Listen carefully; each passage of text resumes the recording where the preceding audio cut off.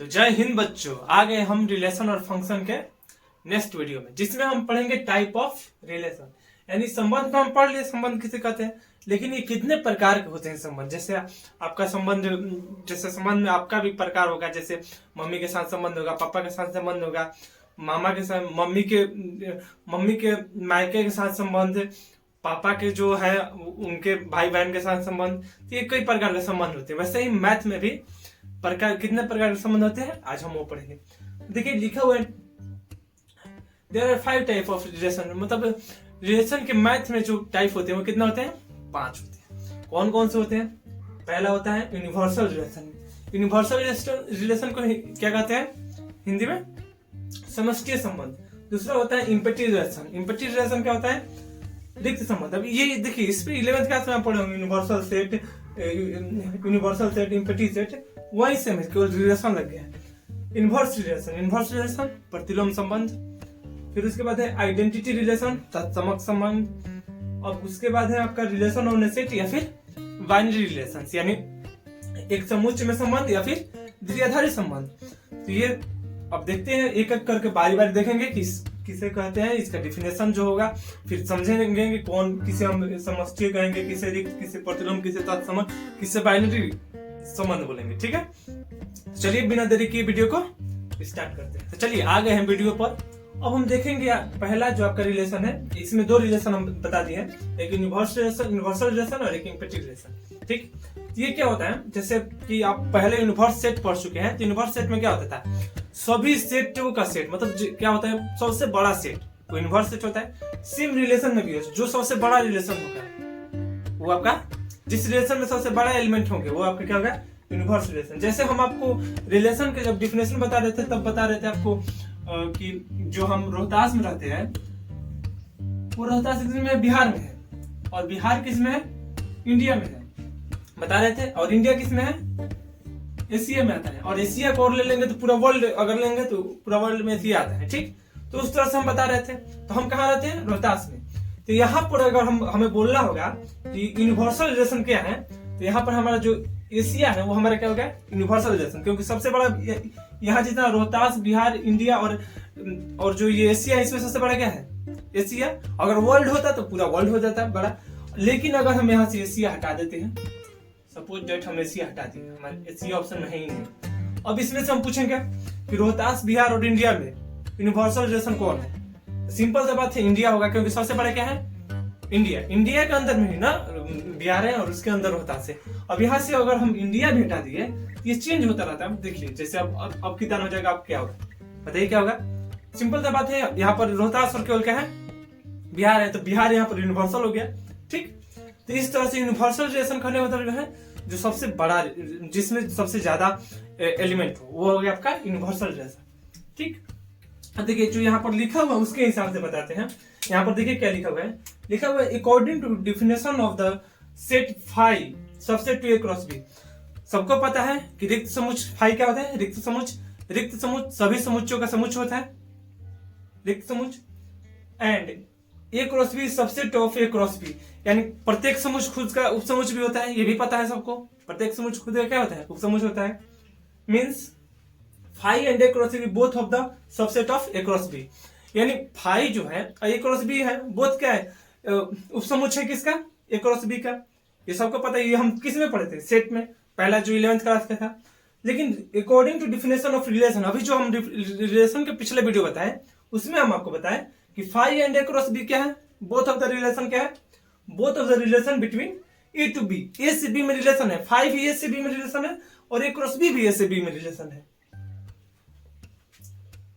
Where phi is equal empty relation, जहां पर हम फाई को क्या बोलेंगे, फाई को हम यहां से क्या बोलेंगे, फाई और ए क्रॉस बी दोनों क्या है, फाई और ए क्रॉस बी ए से बी में रिलेशन है, जिसमें हम फाई को बोलेंगे empty relation, and A cross B को हम क्या बोलेंगे, यूनिवर्सल रिलेशन। यानी ए क्रॉस बी जो निकल कर आएगा, यानी वो होगा हमारा यूनिवर्सल रिलेशन। अब हम इम्पेटी रिलेशन जो है उसे हम आर फाई से सूचित करते हैं। फाई मतलब रिक्त समुच्चय होता है, आर मतलब रिलेशन, यानी इम्पेटी रिलेशन, ये हो गया इम्पेटी रिलेशन, आर फाई से हम इसे सूचित करते हैं। ये सब तो मान लीजिए डिफिनेशन कहने के लिए हो गया। मेन मकसद आपको यही है कि यूनिवर्सल रिलेशन बोलेगा, समझिए कि जो क्वेश्चन दिया उसमें सबसे बड़ा जो रिलेशन होगा वो आपका यूनिवर्स रिलेशन है। और इम्पैरेटिव रिलेशन जो होगा वो क्या होगा, जो रिक्त जो संबंध जिसके साथ कोई संबंध नहीं, रिक्त संबंध यानी खाली संबंध, यानी उसमें संबंध ही ना हो, तो उसे हम इम्पैरेटिव रिलेशन बोलेंगे। ठीक, जैसे रिक्त समुच्चय था, उसमें कोई एलिमेंट ही नहीं था, वैसे इसमें कोई संबंध ही नहीं होगा। ठीक, अब देखिए 1 2 तो इसमें समझ गए। अब चलिए समझते हैं 3 नंबर। चलिए तो हम तीसरा टाइप ऑफ रिलेशन देखते हैं जिसका नाम है इनवर्स रिलेशन, प्रतिलोम संबंध। प्रतिलोम कहने से मतलब ही आप समझ जाते हैं, इनवर्स का मतलब क्या होता है, उल्टा। मान लीजिए जैसे हम क्या बोलते हैं कि कोई एक है ए हो गया आपका, मान लीजिए दिया 1 2 3, मैं ABCD लिखे ABC, ठीक, एक समुच्चय हो गया। और एक हमारे पास दूसरा समुच्चय B जो हो गया DE। मान लीजिए दो हमारे पास क्या हो गया, समुच्चय हो गया। तो हमें रिलेशन निकालना है, तो रिलेशन निकालने के पहले यूनिवर्स रिलेशन निकालेंगे। तो यूनिवर्स रिलेशन के क्या करते हैं, A क्रॉस B निकालते हैं। और A क्रॉस B कैसे निकलता है पता होगा, पहले इसे बंद करते हैं फिर इसके साथ पहले करते हैं। तो AD BD CD और उसके बाद है आपका अभी के साथ AE BE एंड C। इस तरह से हम लिखते हैं, ये हमारा क्या हो गया। और देखिए A क्रॉस B है तो ये क्या हो गया, यूनिवर्सल रिलेशन। सबसे बड़ा रिलेशन ये होगा, इससे ज्यादा इसमें और रिलेशन ये नहीं बन सकते। इससे ज्यादा रिलेशन कोई बना सकते हैं आप, नहीं बना सकते। यही होता है यूनिवर्सल रिलेशन। ठीक, अब इसमें जो रिलेशन निकलता है उसे हम क्या बोलते थे, आर जो हम निकालते थे, जैसे R1 करके निकालते थे वो रिलेशन होता है। इसमें से मान लीजिए हम कोई दो रिलेशन ले लीजिए, तो इसका कोई दो रिलेशन ले लीजिए CD और B, दो रिलेशन ले लीजिए। अब देखिए देख रहे हैं हम कि C एंड B कहाँ बिलोंग कर रहा है, A में। और जो हमारा ये D और E है, D और E जो है वो कहाँ बिलोंग कर रहे हैं, B में।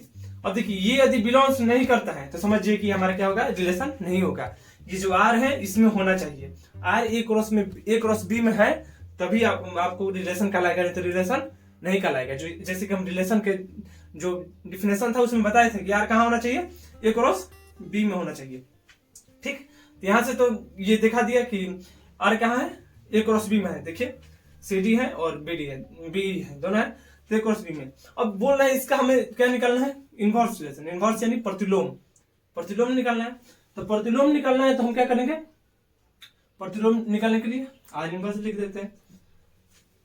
R इनवर्स निकालना है तो हम क्या करेंगे इसे, देखिए ये जो पहला है रिलेशन का, इसमें छेड़छाड़ नहीं करना है। ये जो रिलेशन का है ये हमें क्या करेंगे, D को इसके जगह, इसको इसके जगह, और मतलब आपस में जो है ना एलिमेंट उसका हम स्थान चेंज कर देंगे।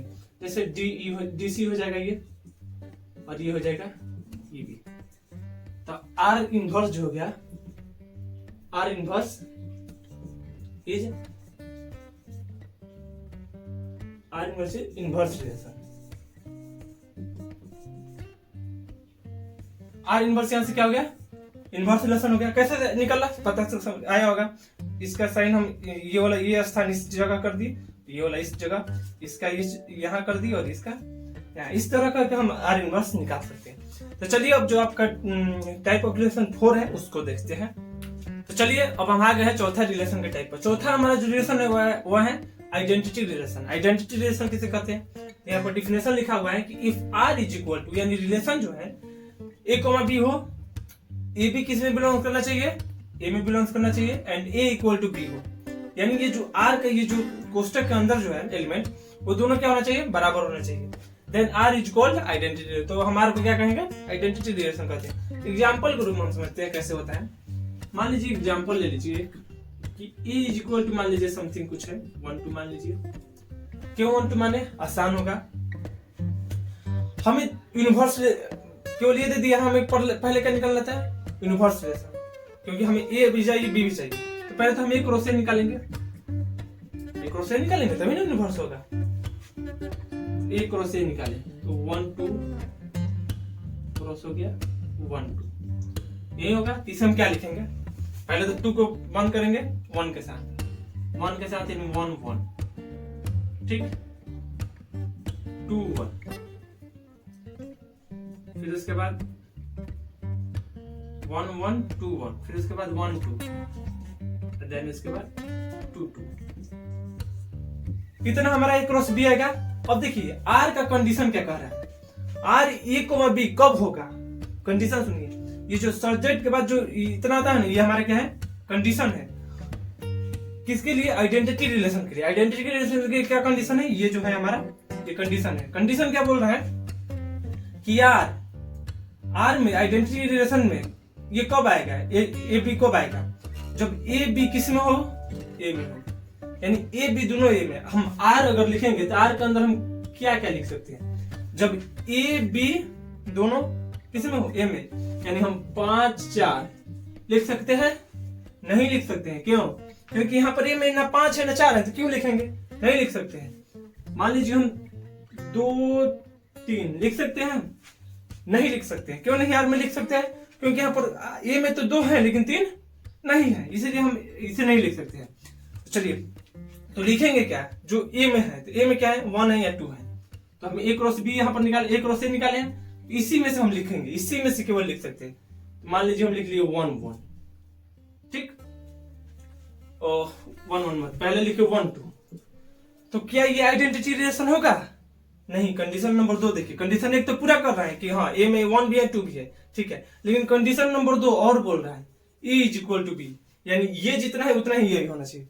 सही है, नहीं तो ये हमारा जो है यार आइडेंटिटी रिलेशन नहीं। अगर यहां पर दे दे तो आर यहां पर क्या है, आर यहां पर क्या है, आइडेंटिटी रिलेशन नहीं है, आइडेंटिटी रिलेशन क्या है, नहीं है। आर अगर ऐसे दे दे तो आइडेंटिटी रिलेशन नहीं है। अगर यही आर ऐसे दे दे 1 1 2 2, अब देखिए आर के ये जो कंडीशन है आइडेंटिटी रिलेशन के पालन कर रहे हैं, कर रहे हैं कि नहीं। 1 1 1 किस में है, ए में है। 1 1 ये देखिए A B belongs to A हो गया, ठीक। अब देखिए A is equal to B, 1 1 A is equal to B, 2 2 A is equal to B. तो सिंपल सी बात कहने के लिए ये आइडेंटिटी रिलेशन एंड तत्समक संबंध वो होता है जो स्वयं का संबंध रखता है। जैसे 1 का 1 रखा, 2 से 2 रखे, 3 से 3 रखेगा, हाँ ए में भी आना चाहिए, समुच्चय से बाहर नहीं होना चाहिए। अब ऐसा नहीं कि हम ये लिखकर बोल देंगे कि 3 ये है आइडेंटिटी रिलेशन, लेकिन इस संबंध के लिए नहीं है, क्योंकि यहाँ पर केवल ए की जगह पर क्या है 1 2 है, तो 1 2 केवल होना चाहिए। ये पहला कंडीशन है, 1 2 होना चाहिए। ए बी का मान जो है ए से बाहर नहीं होना चाहिए, और ये क्या है, ए से बाहर है, तो ये हमारा नहीं हो सकता, ये हमारा नहीं हो सकता, लेकिन ये सही है। उम्मीद करते हैं आइडेंटिटी रिलेशन समझ में आया होगा। चलिए अब 5वां देखते हैं। आगे है 5वां टाइप ऑफ रिलेशन, जो कि रिलेशन ऑन ए सेट या फिर बाइनरी रिलेशन है, द्विआधारी संबंध जो है। ये हमारा आज का लास्ट है जो रिलेशन का टाइप है 5वां, ठीक है। तो इसमें देखिए जो दिया है वो क्या कर रहा है, पहले जो लिखा हुआ है उसे बता देते हैं, फिर उसके बाद एग्जाम्पल के तौर पर हम समझा देंगे। तो पहले इसमें दिया हुआ है कि if A is the non empty set and R subset to A cross B, then R is equal to relation on A set या फिर बाइनरी रिलेशन। बोल रहे हैं कि यदि ये जो है नॉन एम्प्टी सेट है, नॉन एम्प्टी सेट पहले बताए थे क्या होता है, अरिक्त समुच्चय, जिसमें कोई भी समुच्चय हो। एंड और बोल रहे हैं कि आर क्या होना चाहिए, ए क्रॉस बी के सबसेट होना चाहिए, ए क्रॉस बी के सबसेट हो यदि R, then A is equal क्या होता है, A is equal R is equal relation on set. R को हम क्या कहेंगे, रिलेशन ऑन सेट या फिर बाइनरी रिलेशन कहेंगे। जैसे एग्जांपल के रूप में हम ले लेते हैं, यदि एग्जांपल से समझना चाहते हैं तो देखिए समझिए। मान लीजिए ये हमारे पास है 1 2 3, बी हमारे पास है ए बी। अब आप सोच रहे होंगे बार बार ये क्यों लिख रहे हैं, आसान होता है, कम अंक लीजिएगा, आप पूरा लंबा ले सकते हैं कोई बात नहीं, कम अंक लीजिएगा, आसान होता है लिखने में, क्योंकि हमें ए क्रॉस बी भी लिखना है, यूनिवर्स रिलेशन लिखे में कुछ हो नहीं सकता है। ए क्रॉस बी लिखे तो हमारे पास क्या आएगा, सेम वही बात, 1A बार बार नहीं बताएंगे, 2A 3A 1B 2B 3B। ए क्रॉस बी में इतना आएगा। बोल रहा है कि ये नॉन एम्प्टी सेट, ये क्या है, नॉन एम्प्टी सेट है। आर जो हो गया ए क्रॉस बी का, आर क्या हो गया, ए क्रॉस बी का सबसेट होना चाहिए। ए क्रॉस बी के क्या होना चाहिए, सबसेट होना चाहिए। ए क्रॉस बी जो आया है इसी का सबसेट हमें लेना है। तो मान लीजिए हम R1 ले लिए, तो सबसेट मतलब क्या होता है, इसके अंदर से होना चाहिए, इससे बाहर नहीं होना चाहिए। तो R1 यदि हम ले लिए 1A एंड 3B, R1 हम ले लिए, ठीक। तो देन R इज इक्वल क्या होगा, रिलेशन ऑन ए सेट या फिर बाइनरी। तो हम ये जो हमारा R1 है ये रिलेशन ऑन ए सेट हम इसे बोल सकते हैं, द्विआधारी संबंधी से हम बोल सकते हैं, ठीक, क्योंकि ये सभी कंडीशन को पालन करते हैं। क्योंकि R1 जो है ये A क्रॉस B के R1 subset to A cross B, clear दिखाई दे रहा है, R1 subset to A cross B है। So R1 is